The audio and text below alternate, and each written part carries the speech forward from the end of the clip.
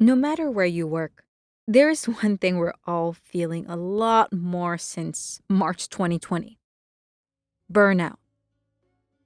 This grind culture is grinding us all to the ground. I think this is actually one of the great challenges and crises of our time, loneliness and connection. I don't know anyone that's cracked the code on burnout. It's hard to unpack and know where to start because it is so entangled with how our society operates on a much more meta level. Teachers weren't really given extra resources other than like, you have a Zoom now and all your kids are getting iPads. And so that's for the people who did get iPads, right? Like there wasn't like here's how best to engage kids in this way. That's my friends, Tiffany Gray, Smiley Pozwowski, Clara Kennedy, and Ann Griffin. And they are right. You aren't alone in how you feel right now. Like you, I'm finding myself more tired than usual. My hours and workload stretched as I work from home. While I'm loving how much I could create and do while skipping all the long commute and airport waiting time, I've also noticed how many lunch breaks I miss and my weekends blurring into an extended weekday. Still, I'm loving what I do, and I've noticed how I'm taking more initiative than before in how I structure, communicate, and lead to support my team and community's well being. And I'm not alone. While burnout has risen, more people are also happy and feeling appreciated at work. A global survey of more than 9 million people conducted by Glint, a human resource platform owned by LinkedIn, also says employee happiness is up 5.4% from December 2019 to December 2020. Could it be possible that this pandemic finally taught us how we can and should reimagine well-being in the workplace? Hi, welcome to Dear Workplace by Innovators Box, where I study trends, changes, and challenges with people at work. I'm your host, Monica King, and in this episode, I want to study burnout and how we reimagine well-being at work. Let's take a step back. Did you know we were in a burnout epidemic before COVID-19? Burnout is a prolonged or chronic stress at work that leaves us feeling fatigued, overwhelmed, and exhausted. It was first coined in the 1970s by the German-American psychologist Herbert J. Freudenberg because he saw a problem among the helping professionals, such as doctors, nurses, and himself as a therapist. People started to use it to describe the challenges of self-sacrificing professions that serve others. Then, May 2019 came. The World Health Organization declared in May 2019 to include burnout in the 11th revision of the International Classification of the Disease, ICD-11, as an occupational phenomenon. While WHO has not classified burnout as a medical condition, this decision was huge. For many experts like myself in the workplace, as it finally became a wake-up call for many employers to finally address the long-ignored stigma. Burnout is a huge workplace problem, and we must proactively address it. But how? So for me, the burnout is just like looking at your plate and seeing what's draining you, what's not giving you joy, what feels like an obligation. That's Avani Parekh, a strategic partner manager, community partners at Facebook, and a dear friend of mine. She is one of the most empathetic and global-minded community leaders I met, and she shared with me a story how recent events made her rethink about burnout and well-being. Her nickname is the Empathy Hacker. So Monica alluded to a community that I used to run called A Group of People Telling You that It Will Be Okay. Started in the wake of COVID because I was feeling lonely, and I realized that lots of people around me were just like dealing with things, light mental health type things where we didn't feel connected, like we weren't getting that dose, right? Our batteries weren't recharging. I was part of that group too. And as we woke up each day in uncertainty, especially in 2020, I found it soothing to know that I was not alone. Then, October 10, 2020, World Mental Health Day came. Facebook, in support of mental health, had recommended a few actively growing Facebook groups that advocated for mental health support, and Avani's group that she had fostered on her own grew, and I mean grew, really big, really fast. The group was literally 750 people that I kind of knew that were loose ties to me and some of my friends, and it grew to like 6,000 and then sort of started steadily growing. It was a very difficult transition to have a community explode like that. Wait, but isn't growth a good thing? We always want more followers, more members, more everything. Be careful what you wish for, because we want things to grow and we want to help people, but in that moment, so many people came into the community that were really hurting and that actually had significant mental health issues. And so for about 3-4 months, immediately put a team together, and a few of us were sort of navigating around how to create care. I think we got a good cadence with the community. And then I realized I'm in a moment in my life where I want to step away. I've been doing this community thing for a really long time. And in checking with myself, I realized I was having anxiety around signing on to Facebook and seeing another post of somebody who was hurting. I understand this weight Avani shares because I too unfollowed the group right around this time. I noticed how the group got very heavy very fast, with folks sharing images and stories of how they were facing depression, suicide, and as a friend, I also saw how this was having a toll on Avani as a community leader. Even before this project, she was already working around the clock, and with the messages of help coming from all over the world, every minute she was reaching a point of anxiety that needed attention. And so, I didn't realize this is what she had done, which is really courageous.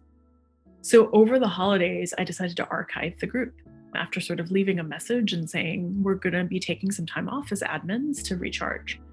I haven't unarchived the Facebook group, and I'm not sure if I will at some point in time. I might, but in this moment right now, I was realizing that if it's not giving me joy, then it's not worth doing. I was really checking myself here because I see myself as a helper and a counselor and someone who runs communities. So what does it mean if I can't do it? And, all of that. I had all of those questions, but I have no regrets about stepping away. And that was a hard decision because it bucked up against my ego and my identity and how I see myself.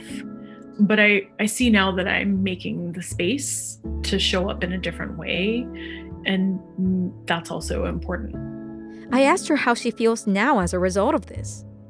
I just feel so much calmer. I feel so centered. That's powerful, because how often are we overworking in the sake of serving others and forgetting that we are a key stakeholder in that process too? Avani's story warmed my heart and humbled me that the bigger the capacity you have as a leader, the more important it is to show how you step back. Also, to encourage others how they can tackle burnout too. We need to make mental health more affordable and accessible to all, so that it's not just something that only super wealthy or super privileged people can take advantage of, because I think that having access to mental health resources is vital and crucial, not just in a pandemic, but all of the time. That's my friend Smiley Pozwolski, an author and international keynote speaker in San Francisco who tackles workplace belonging and generational gaps. Mental well-being is something he thinks a lot about, as he's just completed his third book, Friendship in the Age of Loneliness, where he studies how as we age, we become more lonely and have difficulty making friends. The data shows this: 60% of Americans feel lonely. The average American hasn't made a new friend in the last 5 years. And there's data that has the statistics as even worse in other countries. In Japan, it's much more stark in terms of loneliness and people not having friendships and people feeling very, very either lonely or socially isolated. So this is not going away. And he's absolutely right. The WHO already declared burnout a problem before the pandemic. And while we're all still figuring out what COVID-19 provided was leveling the field and finally have everyone realize this is a problem and has always been. And we must urgently address this with deep care. The premium on the employee experience has never been higher. People expect to have a good experience working for you. That's my friend, Claire Kennedy, a vice president, people operations at Axios, a fast-growing media company delivering vital news with smart brevity. She is someone who really understands why employee development is crucial to your company's health. It's more than just hiring and doing training. I speak more about this importance of people operations and HR expert roles like herself at Curious Monica, my other show, where I study how different people thrive at work. But here, I want to highlight what she shared how we tackle burnout on a company scale. Even without the pandemic, she was busy. Journalism works around the clock, and her team has been growing super fast. And the pandemic only meant they had more audience to get more smart news faster. Is it possible to be a happy workplace without burnout? I knew Claire would have some insights to share. Axios was at the end of the day recognized as one of the best company culture in 2020, among other top companies around the world. What's the secret? I asked Claire. Burnout is a tricky thing. We are currently batting around a bunch of ideas of new and innovative things we can try and do for our folks, whether it's days of the month that the entire company takes off. There's a lot of things that companies do that I do think help when they add up. But the topic of burnout is a fascinating one, and everyone is struggling with figuring that one out. Wait, so the secret is there isn't one solution? I actually want to ask you the question too, as you're talking to other great HR professionals. I'm certainly having plenty of conversations where people are, again, A/B testing different things, but encouraging people to take time off, being very intentional about the business practices you're establishing on Slack and text, helping people draw boundaries. And then, as always, leadership needs to set an example of whatever you do. Oh, so the answer is well-being has to be well-rounded. It's not just one training. It's not just one policy. It's about everything. And it starts from leadership. How do we make employee well-being and experience better? People are going to have a massive amount of flexibility. I don't see any organization able to come out of this and say, okay, now we need to revert back to the way we did things. It's just not going to be the case. True.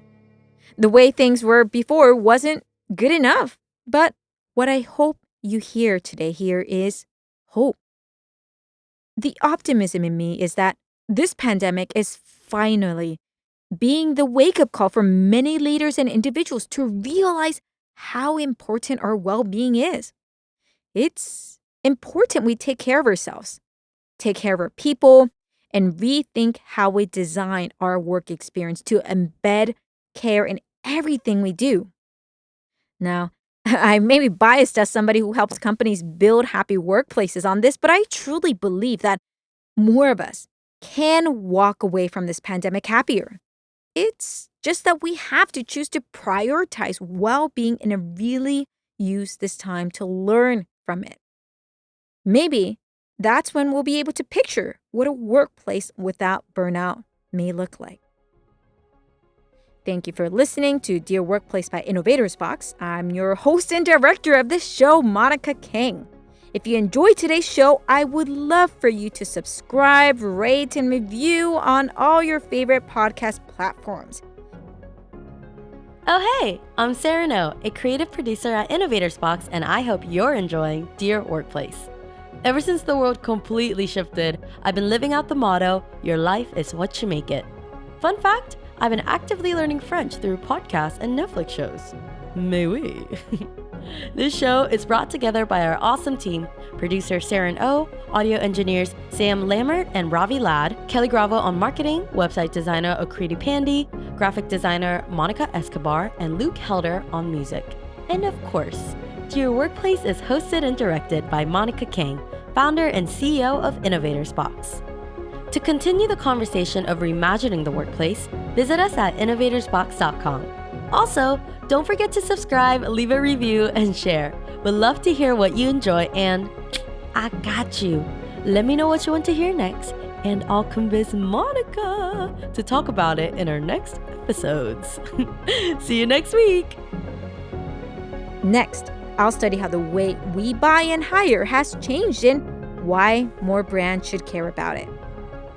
Thanks for tuning in. I will see you soon. Yours truly,